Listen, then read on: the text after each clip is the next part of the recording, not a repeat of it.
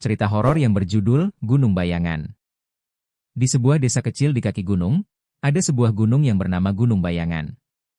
Gunung ini memiliki reputasi sebagai tempat yang angker dan menakutkan.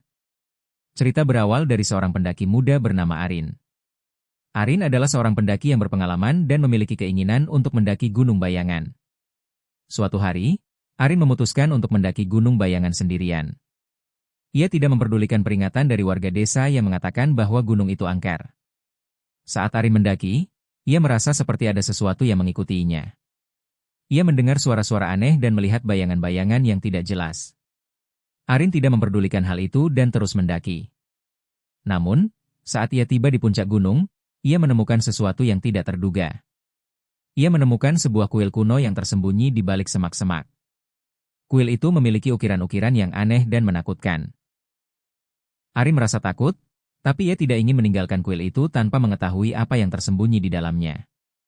Saat ia memasuki kuil, ia menemukan sebuah ruangan yang gelap dan sunyi. Di tengah ruangan, ia menemukan sebuah patung yang memiliki wajah yang menakutkan.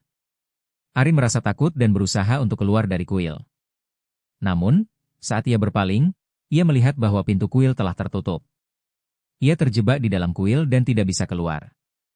Arin merasa takut dan berusaha untuk menemukan jalan keluar. Namun, saat ia berjalan di dalam kuil, ia menemukan bahwa kuil itu memiliki labirin yang rumit. Ia tidak bisa menemukan jalan keluar. Arin merasa takut dan putus asa. Ia tidak tahu apa yang harus dilakukan. Saat itu, ia mendengar suara-suara aneh yang semakin keras. Ia melihat bayangan-bayangan yang semakin jelas. Arin merasa takut dan berusaha untuk berlari. Namun, saat ia berlari, ia menemukan bahwa kuil itu memiliki jebakan yang mematikan. Ia terjatuh ke dalam lubang yang dalam dan tidak bisa keluar. Arin merasa takut dan putus asa.